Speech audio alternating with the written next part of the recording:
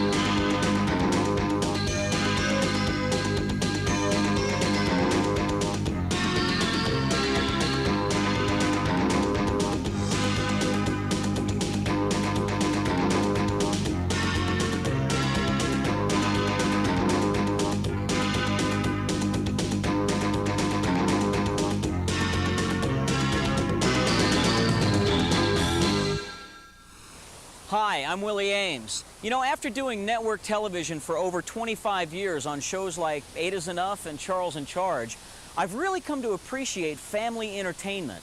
And there is no place better for family entertainment than right here in the music show capital of the world. Branson is family. That's it. Branson is family. The people who come to Branson is like my kinfolks. Branson is just so much fun, from Silver Dollar City to the car races on the street to Bumper boats, and Branson is that playground. So for adults and children that were inside of, well, actually are inside of it, this is a great place. There's an excitement about a little town that has a lot of tourists, a lot of people coming specifically to see shows, wanting to have a good time. I think they're looking for good, wholesome entertainment here. That's the word that is out on Branson, and it's actually what happens here. You can bring your mom and dad, grandma and grandpa, or the kids, and you won't see any off-color humor or anything on these stages that the whole family couldn't sit through. And I think that's what they expect to see when they come down here. It's kind of a small town that 7 million people just happen to drive through every year. We're gonna get it out there, boy, and get it done. Yeah, good.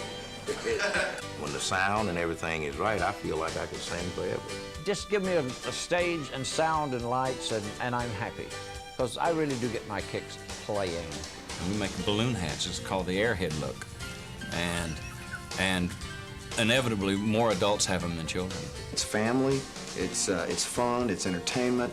It's a down-home country spirit that makes America great. One of the things I love about Branson is you'll never know who you run into!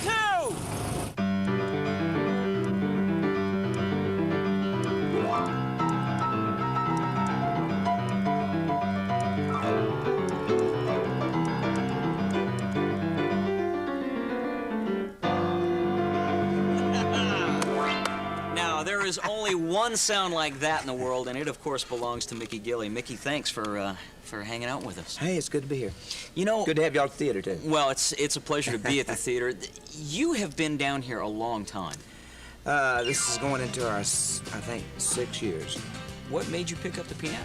Probably Jerry Lee. I was influenced more by Jerry Lee than anybody else. I mean, I really think that he's undoubtedly the greatest talent in our family, even though I make fun of it sometimes. He's a tremendous talent. Of course, you know, growing up with somebody, you have a tendency to pick up things from them. Mm-hmm. And I started messing around with the piano. My mother bought me a piano, and I began to play some of the licks that I had watched Jerry Lee play. And one of the things I got in trouble was playing that boogie beat. What brought you to Branson? Why Branson? When I first came here, it was like on a Monday, Tuesday, and Wednesday when they booked me, and I'm wondering what's going on in Branson, Missouri, you know, for me to come to Branson and play. And that was in, I think, '87, and the urban cowboy thing was beginning to subside a little bit. And I was going to turn the job down because I said, I'm not going to go to Branson, Missouri, whoever heard of that place, and play to an empty house. And so the agent called, and he said, tell Gilly not to worry, that we're sold out. And I said, something's going on that I don't know about there. And when I got here, I said, this is really incredible. And when I recorded Room Full of Roses, it was recorded for the backside of the recording. I went in to record She Called Me Baby All Night Long, and on the backside of the 45, I recorded a song called Room Full of Roses. The radio stations flipped it over, started playing Room Full of Roses. Next thing I knew, I had a #1 song. It was huge. When I found out the ladies liked the flower songs, I recorded every flower song I could find. I recorded Room Full of Roses, Overlooking Oregon While Searching for a Rose, Big Bouquet of Roses, San Antonio Rose. The only one I missed was Tiptoe Through the Tulips. Caves are Tell them about caves. Go ahead. Yeah, we actually started underground with our music. We worked in 2 different caves in the area, one called Fantastic Caverns, which was in Springfield, Missouri. And then after that, we worked in a cave about 12 miles from here called the Underground Theater. And the caves were cool in the summertime. So we had our shows in there. The temperature was 50-some degrees. People would come in there to watch music and cool off a little bit. Well, back in '67, when we opened on Highway 76, we actually built the first theater on Highway 76. I say it was a theater. It was a metal building that we put a little stage in the end of it and would stand out front and try to stop cars driving by to come in and see the show. We had folding chairs that had canvas bottoms, and sometimes the bottoms would fall through. It's just quite different than what we have today. We've got state-of-the-art theaters in Branson. Ours is one of the top ones, and the theater production is just unbelievable that happens today in Branson. We've got 3 generations on stage, all the way from our dad, who will be 71 this summer, down to my youngest son, John, who is 13. And then Gary's got three boys on the show, and then I've got another son on the show. So we've got 8 Presleys all together, all guys. The guys get to have the fun on stage, and the wives take care of the business end of it. So it really is a family operation. The show is never the same. It's not intended to be that way, but you know, there's always, we throw in little ad-libs and different things like that, and they know they're going to be entertained when they come here to see the show. They like the comedy and the variety of music. Gary's being modest on that side of it there. He does the part of Herkimer in the show, and that's what keeps it different every night. He does some different routines just to keep us awake on stage, and the people pick up on that and see the fun that we're having, and they really enjoy it and have a good time. I ought to give myself a raise. Yeah, let's don't go that far.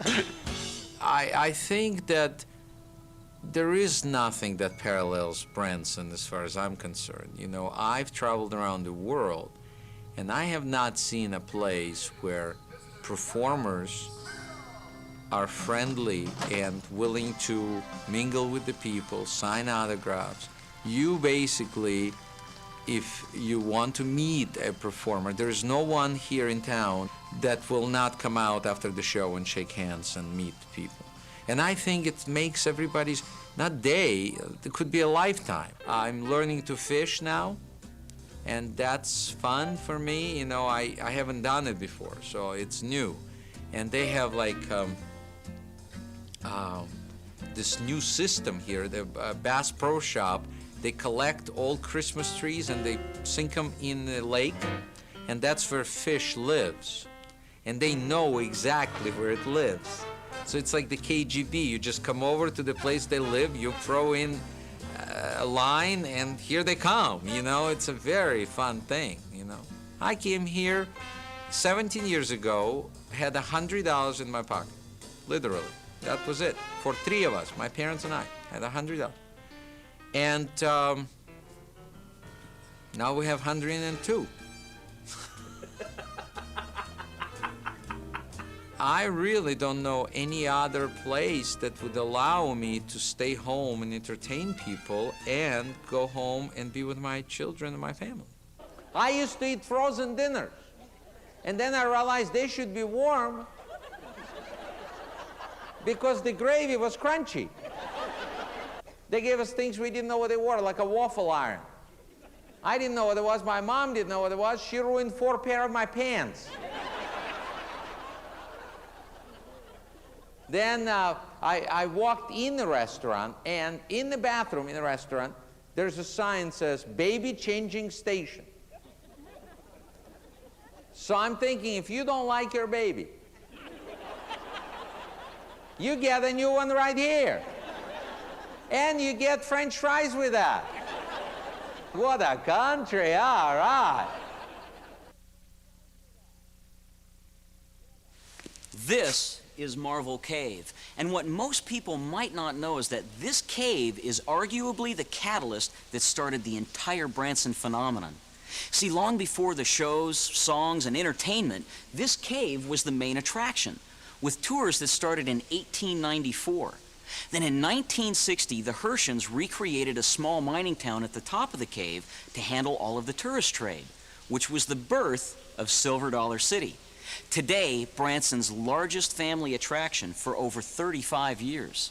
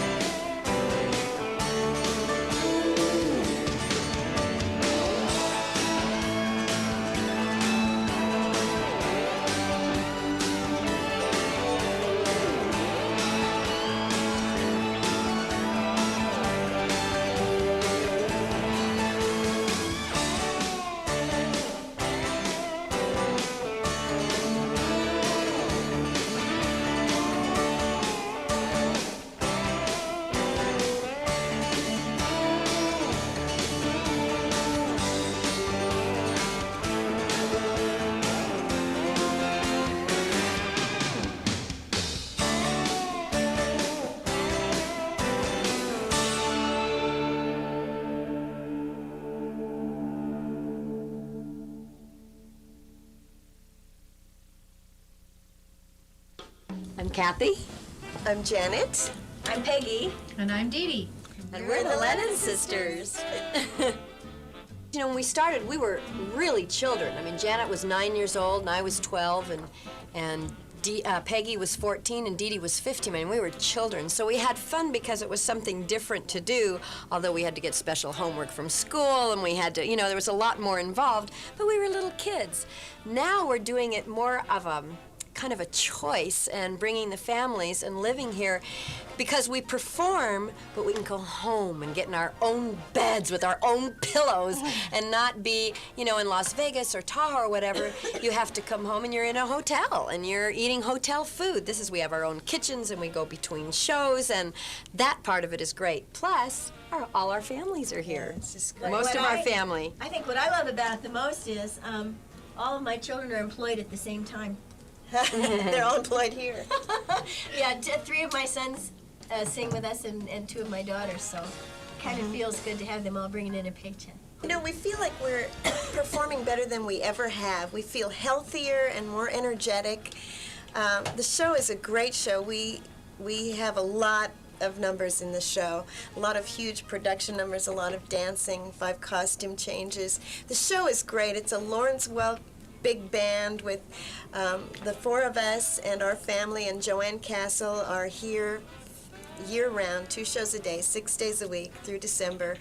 And then rotating Lawrence Welk stars come in and out every couple of weeks.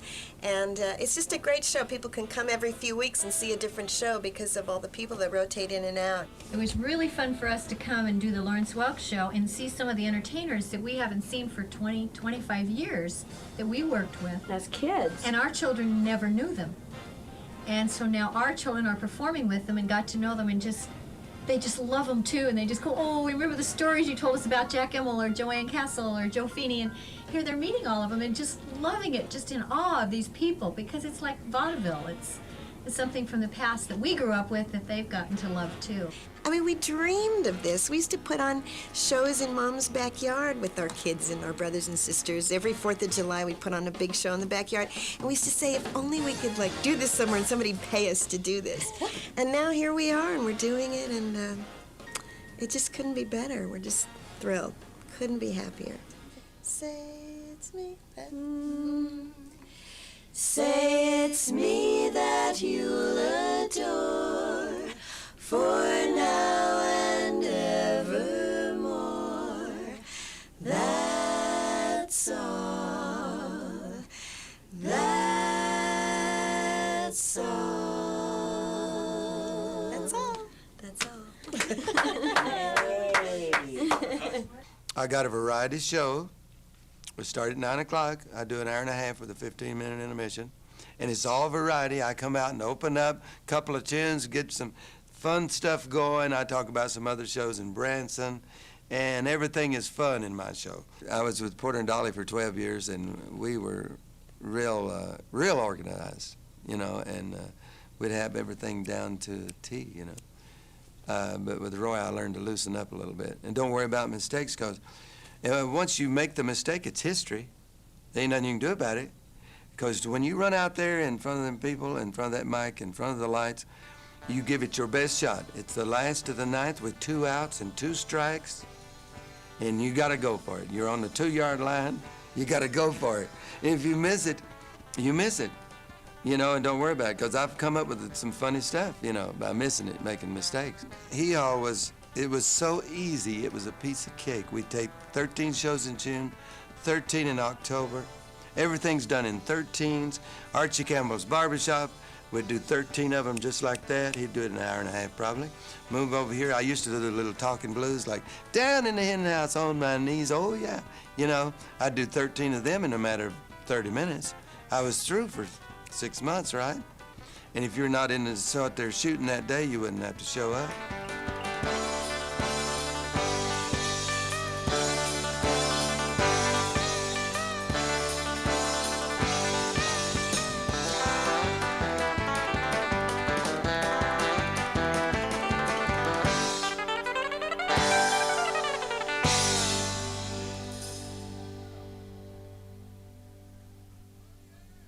Hi, I'm Mel Tillis, and welcome to the show. Mel, you are definitely one of the kings of Branson with a whole new show. Well, we got one this year. We play Cowboys, and it's called How the West Was Sung. And it was written by my buddy from L.A., Mr. Saul Elson. He's a great producer and writer, and he wrote the show for us, and it's a whole lot of fun to do. It really is. Boy, we get to play everything. You Cowboy, I play Gene Autry. I play Tex Ritter and John Wayne. Gary Pooper and John Wayne. La-dee-da-dee-dee, la-dee-da-dee-doo. So I'm having a good time. But I've been in movies with Arnold Schwarzenegger and Kirk Douglas. And Anne Margaret, a movie called The Villain. Uh-huh. And that was in the movie where Arnold Schwarzenegger, he told me I talk funny. And coming from Arnold, that's not a good thing. No. Do you ever get tired of the beauty around here? No. I'd have to be crazy to do that. Is that what keeps you here?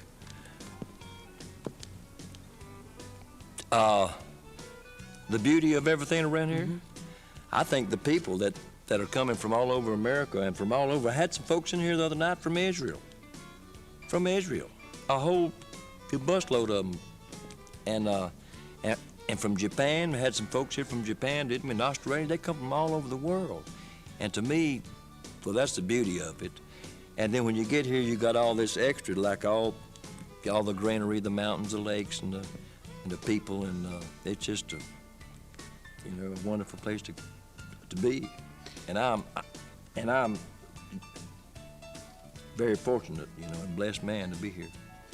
I'll be 63 with August 8th, I'll be 63 years old. I'm old enough to retire on my Social Security. My plans are made, thank you. I'm going to get me an RV camper and a poodle dog, and we're going to Branson. You know, while Silver Dollar City is Branson's largest family attraction, it's by no means Branson's only family attraction. There are many great ways to start your morning in Branson. For instance, you can start your morning with Mutton Hollow. Enjoy horseback riding, watch artists in the craft village, take in a great show, and spend the day with the entire family. It's all right there in Mutton Hollow.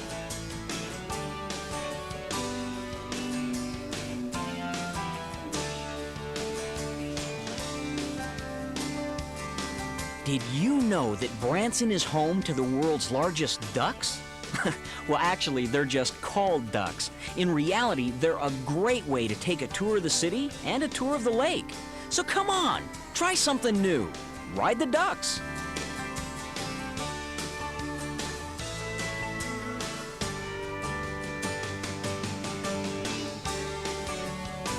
At Roadsters U Drive, you can definitely get in the mood for having fun. All right, nice tan one. Yeah, here you go. Thank you, sir. Sure. Okay. Seat belts. You're all set. Okay. Hey, have a good time. Thank you. Now, this is a classic way to see Branson.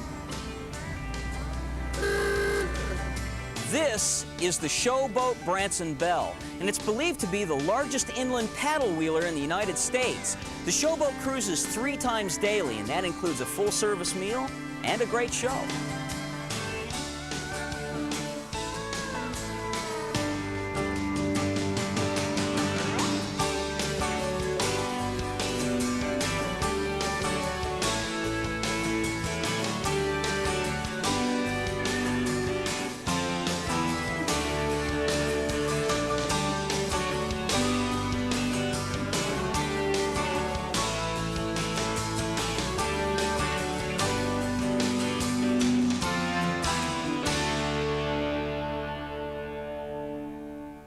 Branson is a life raft in the storm. To me, it represents a kind of a time and a place in a hometown that went away for most of us, that's back again. And I like to refer to it personally, I like to refer to it as America's hometown. Most of the shows in Branson, just about all shows in Branson, are music with comedy. And our show, the Jim Stafford Show, is comedy with music. Here's a little song called I'm Getting Out of Prison Today.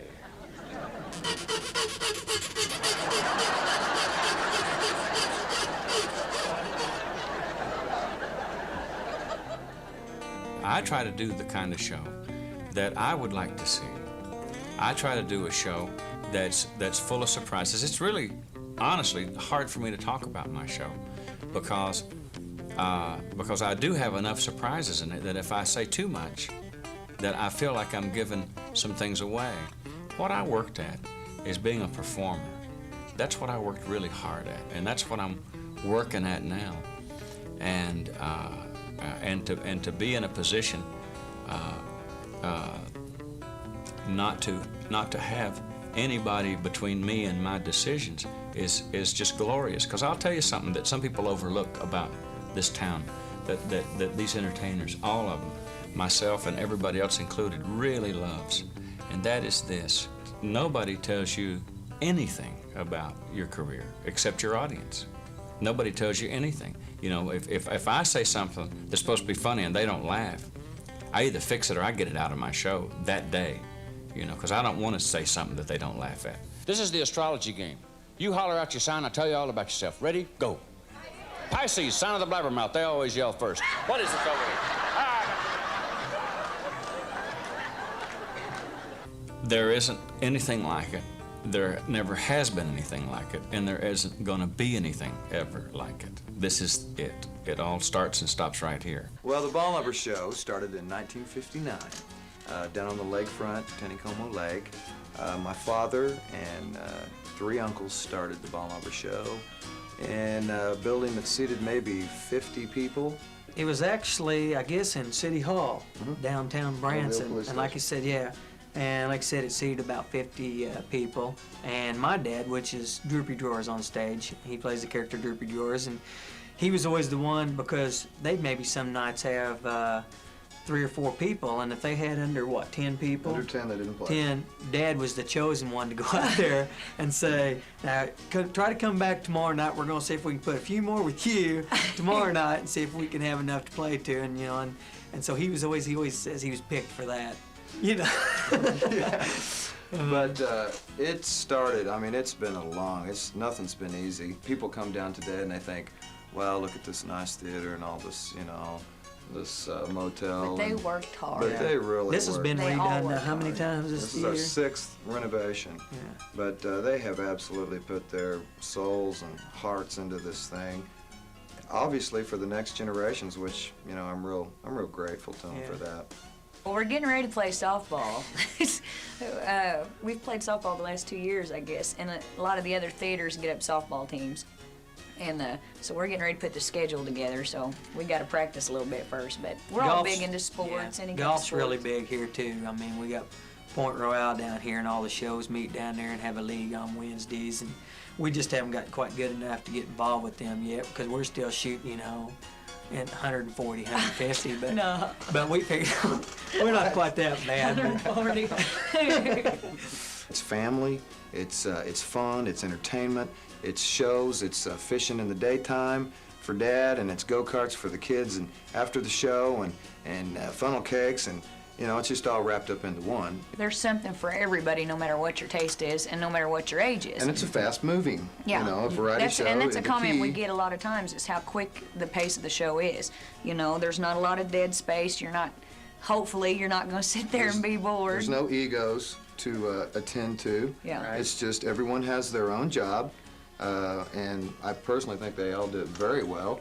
We have a little rock and roll. We've got lots of country, lots of bluegrass, gospel. It's just, you know, we've got 40s, 50s. It's just anything across the board. We try to give something to everyone. I grew up in the cotton patch, and getting in the Air Force was my way of getting out of the cotton patch. And there's nothing worse than picking cotton. I don't care what you've done. So you went to picking guitars instead? Picking guitars. My dad played the fiddle. As a matter of fact, that's his fiddle right over there. It belonged to my grandpa. And he bought me a guitar so I could what he called second with him while he played the fiddle. And of course, everybody in our family sang. And between picking the guitar and joining the Air Force, that was my ticket out of the cotton patch. Now, this museum is very special to you because so many things were just given to you. Everything in this museum was given to me except my guitar and that fiddle over there. And practically everything else was donated. What about favorites? Do you have, I mean, there is so much to look at in here. I mean, there's how many gold albums? There's 15 gold albums and 4 platinum albums in here. Favorite things of mine, of course, is that cockpit of that KC-97 tanker back there. Jimmy Rogers, the America's Blue Yodeler, the singing brakeman. I've got his guitar that he recorded almost 90 of his great hits on. Other things that are favorite, just even the smallest, tiniest pen in here, I'd have to say would be a favorite of mine because it was given to me with love from the fans of Boxcar Willie. Why railroads for you? Well, I was born on the railroad. I live about 6 feet from the railroad track. My dad worked for the railroad. And it was just, you know, a natural love. It's like a fish. It grows up. He don't know he's in water, you know, till somebody tells him. We've had people who've seen my show as many as 180 times. We've seen people who've seen the show 150 times. We've seen people who show 50, 60, 80 times. And I don't know why they keep coming back. I guess they keep hoping I'm going to get it right. But it's just wonderful that I've got fans like that. What's in the future for Boxcar? Where are you headed? Well, I think I told you I just wrote a book. Right. And it was a very easy book to write. This book is different. Not too much has really ever happened to me in life. So I just put a bunch of blank pages in there and some pictures and let everybody figure out their own stories. I like that. And the book has no chapters. Because if you have chapters, there has to be a last chapter. And I'm not ready for that. This is one of Branson's more unique attractions. It's the Stone Hill Winery, and it's the only winery within 150 miles. You can come in and enjoy a free tour, Enjoy a free sample, or you can choose from one of 16 different great wines, which they'll be happy to ship to your home. It's a great way to end a day or start an evening.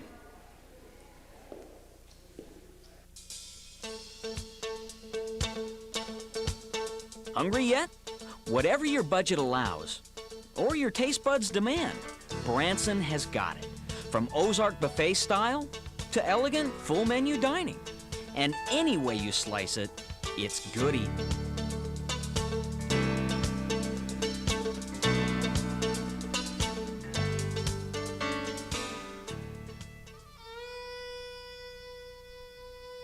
I think the whole situation of growing up on the farm and being very poor drove all the kids away to do something to try to make more money. I kind of lucked out as my dad's sister had married a guy that had a band in Albuquerque, New Mexico.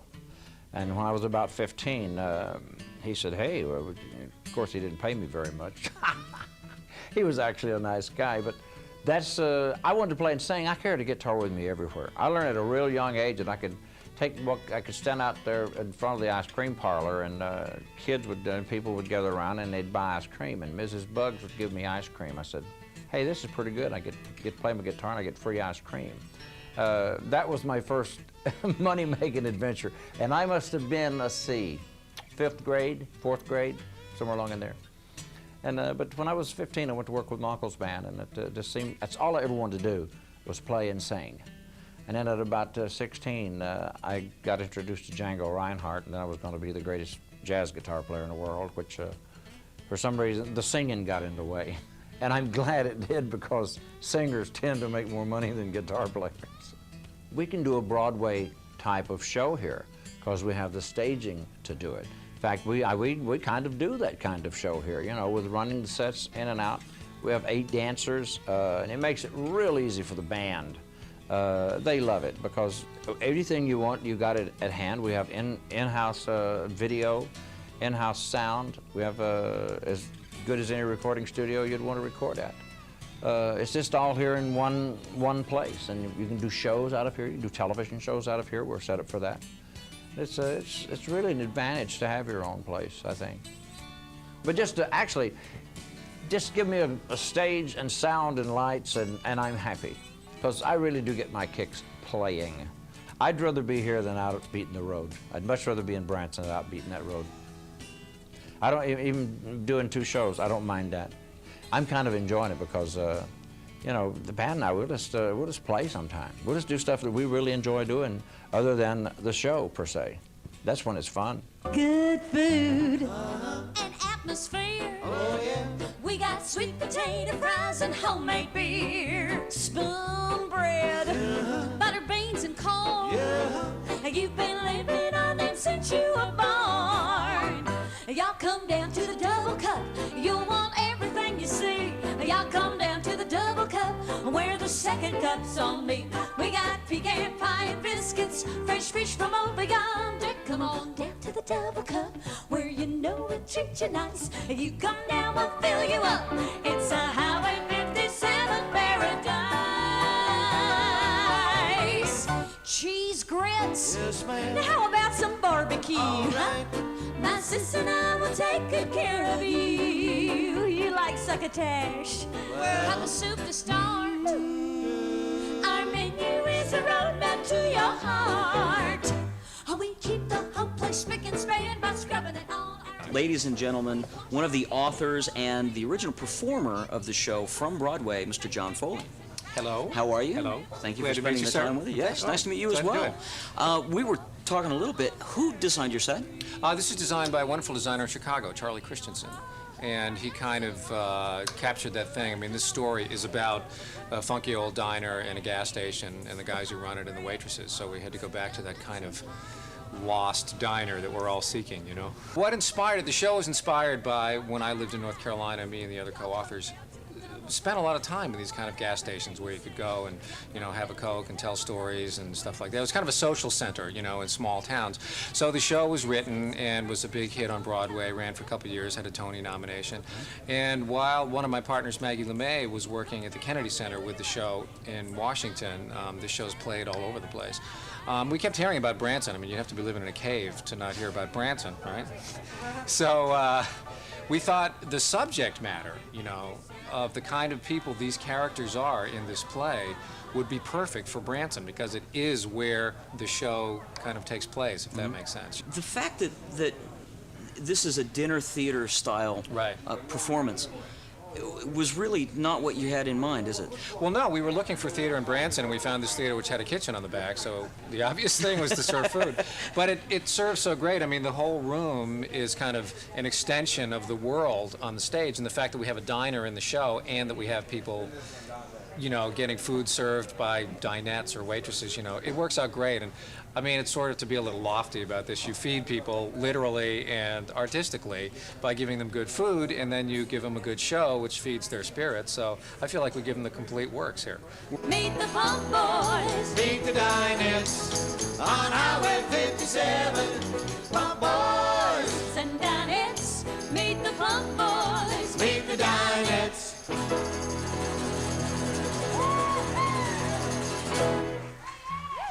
You know, I'm better now at what I do than I ever was. And that's true, I think, for most of the performers in Branson. So when you come through Branson, you never see a bad show. You never see an amateur. You see a pro, perfected and honed down to its perfection. That's what I love. And then there's this mutual respect, this rooting each other on, because we've all known each other for so many years. You know, this is unprecedented. This has never happened before, not even on Broadway. Well, one of the great things about Branson is that you can write your own show. It's your own theater. And you can really bring to the people who you are. And I've been here now 2 years. And in 2 years, I've written 2 plays and performed both plays. One was called Jukebox Dreams, and one is our Christmas, annual Christmas show called Santa and Me. And it's dialogue with musical. It's a musical. It was written by me. And it was a chance for me to express my creativity, whereas I couldn't do that in a club in Vegas. I always wrote my own shows, but here I was able to write plays. I mean, here I'm able to use the theater as a workplace, as a creative think tank. I mean, I have everything available to me at my fingertips. I want to fly something in, fly a set in. I create it, fly it in. We're able to show and flex muscles we never even knew we had. So the audience is now seeing us even in a deeper sense. They're seeing the total creative spirit. There are a lot of people out there that sing better than Tony Orlando and dance better than Tony Orlando and tell funnier jokes than Tony Orlando, for sure. But I'll rival anybody when it comes to reading an audience, because I love people, because I listen to them, and because I want to know what they're feeling and thinking, and then I want to supply what it is to make them feel good. How could you not want to come here? It's got it all for everybody. It really does. And I'm not just playing Chamber of Commerce. I love this town, and I've been around 34 years. I've played a lot of different cities. I know where it is and where it isn't. And I'm going to tell you something. I've never seen more magic than I see in this town. And we're just beginning. This city is just beginning. This is just a baby. Do you like it here, Tony? I do. I do. I would stay here if I had no theater at all. I found my utopia. Did you know Branson has more accommodations than many large cities? But no large city gives you what Branson can, right outside of your window. The true beauty of the Ozarks. So you decide, motel, hotel, resort, or campground. There's always room for you in Branson.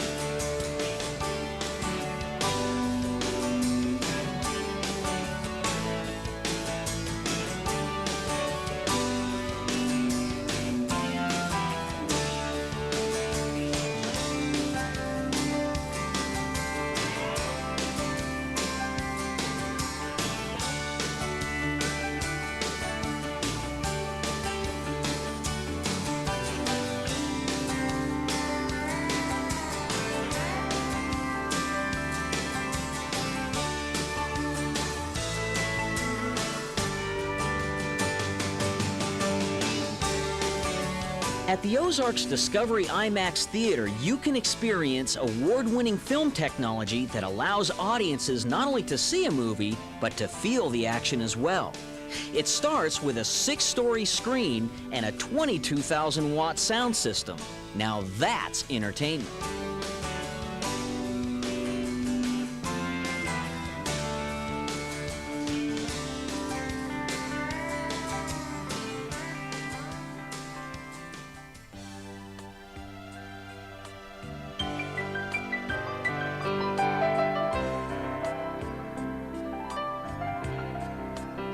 of Branson's more inspiring attractions is Waltzing Waters, with more than 40,000 gallons of water in flumes up to 3 stories high, where you can enjoy Frederick and the Fountains of Forever.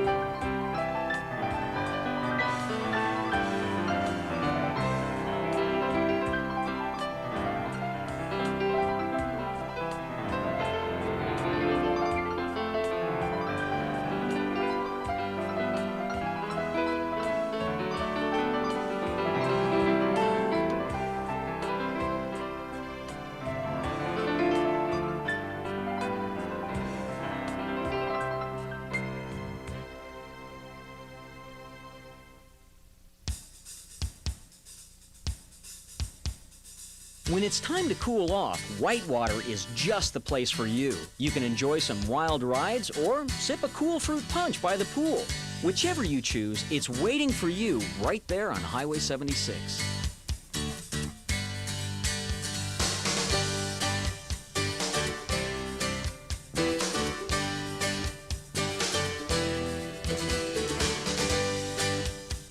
Another big part of the Branson experience is the shopping.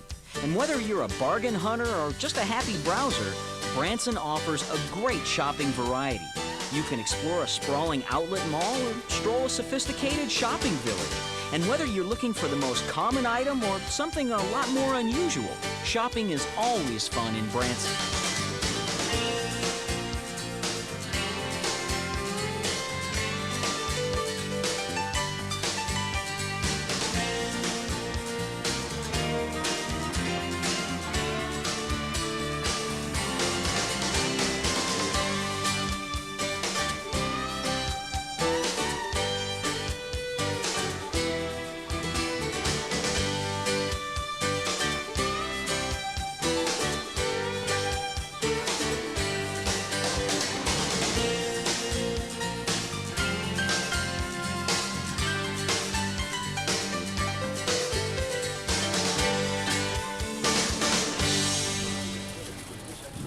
Well, I told you Branson would be unusual.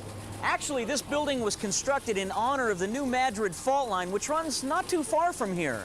In the 1800s, that fault line caused an earthquake so powerful that it actually caused the Mississippi River to flow backwards for 3 days and rang church bells in Philadelphia. Believe it or not.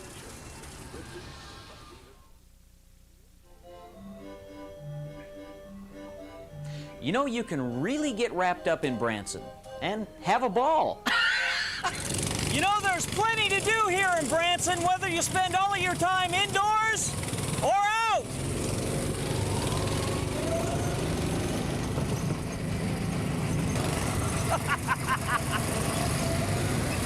You know, this is a little like driving the freeways on your way to the studio in LA. What is it about Branson that brings so many people here year in and year out? I think Branson reminds me of what America used to be like. By that I mean you can walk down the street at any hour of the day. There's very little crime. People get along with one another. It's family oriented. We put up the flag. We sing God Bless America, and nobody thinks that we're squares. It's just a place that people can come to and they can see any show and not be concerned. Is something going to be said? I'm here with my daughter, with my grandmother. They're going to say something that's going to embarrass us. That has a lot to do with it. I mean, there's got to be a reason why people are driving thousands of miles. They drive past LA, they drive past Vegas, they drive past Atlantic City to come here. There's nothing like a live performance for me. I mean, that's what I was meant to do. People, from the time I was a little kid, people say, are you going to make it? You can't really sing. So wait a minute, it doesn't matter. It does not matter can I sing and I'm not going to be good enough and the competition. In heaven, there's a book. In this book, it's already written. The Lord has written down, Bobby Vinton will have hit records. He'll perform for many years, and folks, anything you say about it is not going to change it because it was meant to be. I believe that. Do you have a favorite portion of the show, one that you particularly love? I think the closing of the show is my favorite because I start playing all the instruments. You see, people don't know that I'm a musician. I went to Duquesne University, recently honored as honorary doctor of music, played oboe with the Pittsburgh Symphony when I was 16 years old. When I was 17, I led the NBC staff band that Doc Severson had, so I have a big musical background, and when I get up on a stage and start playing all these instruments, some of the guys at the set back, so my wife likes him and he sings Blue Velvet, then all of a sudden I start playing the drums and the trumpet and the saxophone and the clarinet, and then we start parading around the showroom with our Mardi Gras animals and set up, and it really comes alive, and it's exciting because anybody who didn't believe by that time believes. Now that you're here in Branson and you have control of your own show and you have your own theater, you've brought the family in. Yeah, Branson is family. They love if you have your family with them. I mean, I could bring the greatest act in show business on stage. It wouldn't faze anyone. But when I bring my mother on stage and she can sing and she can dance and she gets them going, it's really something. Then I have 2 daughters who sing, and when we do, say, Chattanooga Choo Choo, they come out kind of in a train, and I sing with them. So even though we're doing with the Miller Orchestra the old songs, we do it in a new way. We're all young inside. It's just the outside that gets a little older, but inside I see all young teenagers sitting in that audience that still want to laugh and have fun, and I kind of bring that out in them, and they enjoy it. They can't do it at home, but they can do it in Branson.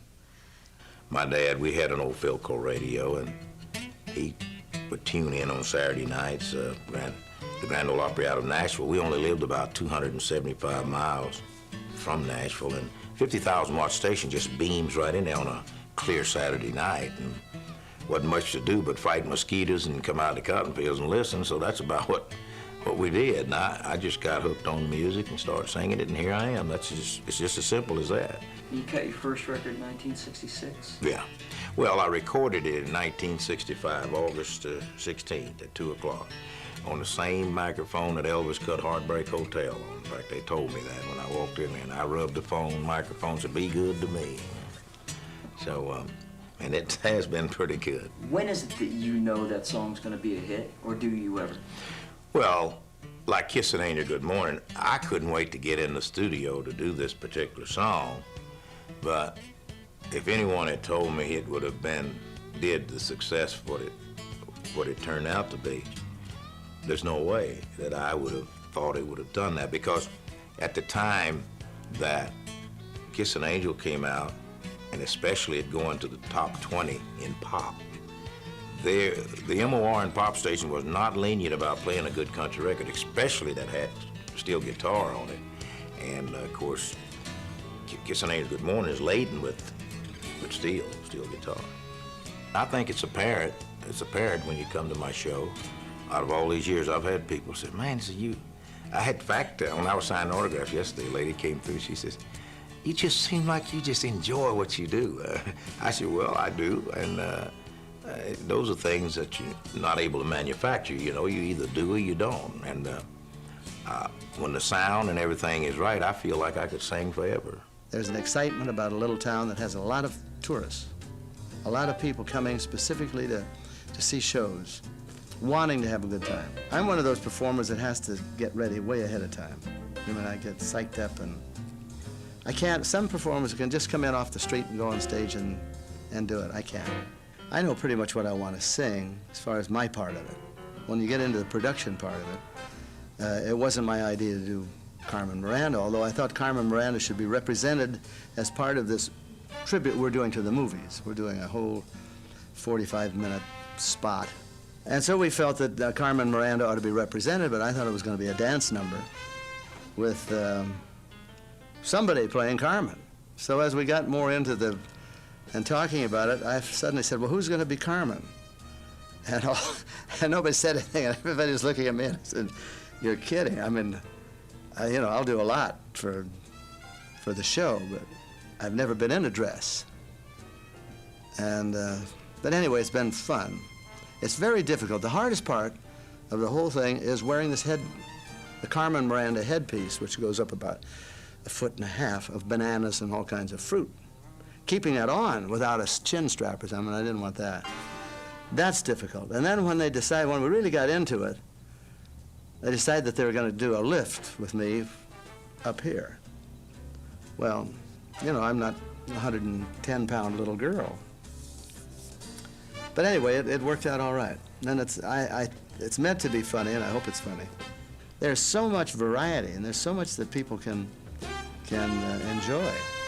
I don't know any place in the United States or any place in the world that's like Branson. And it's all in a small town atmosphere. Wear cowboy clothes and go to shows. In the summer, you wear shorts and T-shirts. It's just fun, and it isn't expensive. There is still a place in America that is waiting to be discovered. A place where you can sit outside and stare at the stars, or come inside and do the same.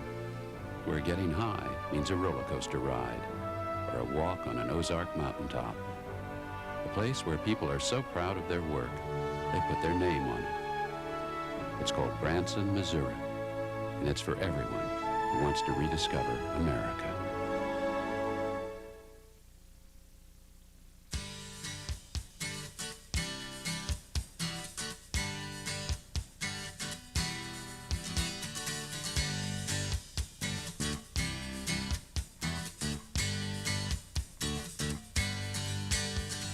You can enjoy many exciting and different shows throughout the year at Branson's largest theater, the Grand Palace.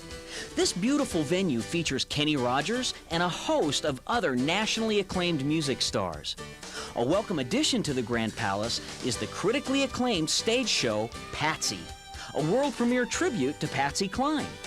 And at Christmas time, you won't want to miss the fabulous Radio City Music Hall Christmas Spectacular, featuring the world-famous Rockettes. The Grand Palace truly lives up to its name.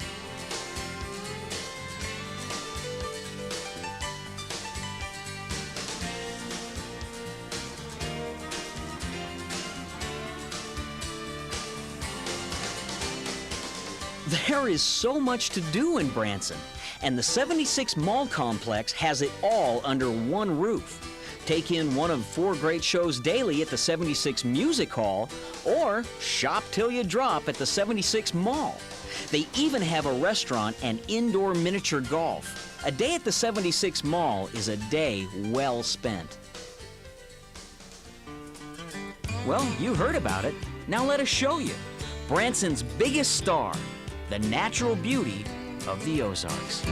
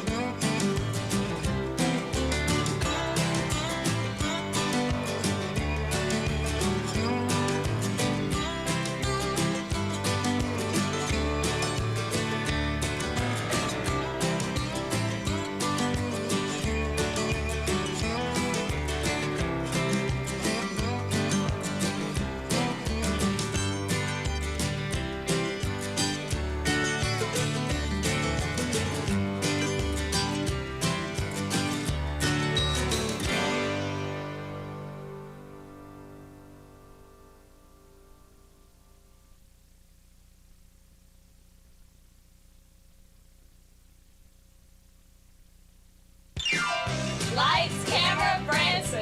Hello, Mr. Ewing. Well, hello there, gee, it's been a long, long time. I'll just get my duds on here and get ready to go. So what you want to tell all those wonderful fans out in the audience? I want to tell all them wonderful fans out in the audience I'm glad to have them at the theater. Glad to have them in Branson. There's a lot of wonderful shows here that I need to go see as many as they possibly can. And I'm glad they're here with us tonight. Thank you very much. I'm out of here. You never know who's going to be out here. Okay, we're going to go out this way. And Janet, you might see Dee Dee and Peggy coming out. Bye, girls. They're going to go that way. Have fun. Bye. See you on stage. Bye. Have fun. Yeah. Sisters. Sisters forever. All right, well. Love you, Joanne. America, what a country. Only in America, I would stand in the morning and put up makeup on my face. Everything been going here in Branson? Everything ain't chicken but the beak, my friend. Neil, he's my star, my hero. He's real sweet. 3 minutes. In there, sir. 3 minutes.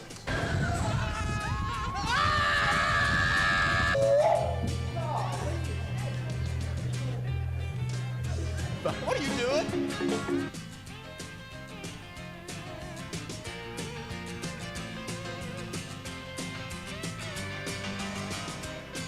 Man, we're working! Oh, yeah! We all get along real well, basically, you know. Most of the time. Well, yeah, it's usually your fault if we don't. But, It's usually okay. Let's switch the subject here a little bit. Do you think I remember what it was? Because not only does he play guitar in the show, but he's also a fiddler. But I didn't want to overwork him, you know. He's only 2. I wish I'd have heard of Branson sooner and built a theater sooner.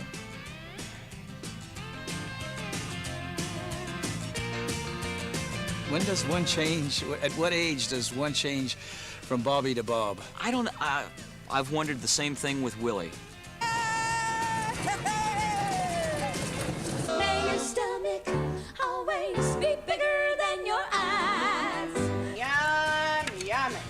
Yum, yummy. Woo! Do they say break a leg in Russia? Yes, and then they do it. Look out, Branson. They're gonna get together, ain't they, Dad? They sure are. Thank you, Tony. Thank you. What a pleasure.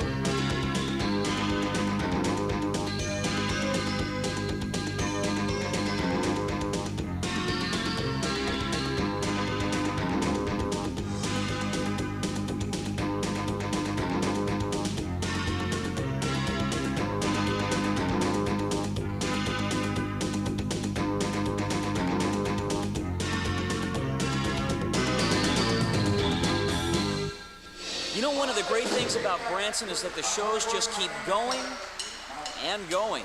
But unfortunately, we have to get going, so we'll see you in Branson.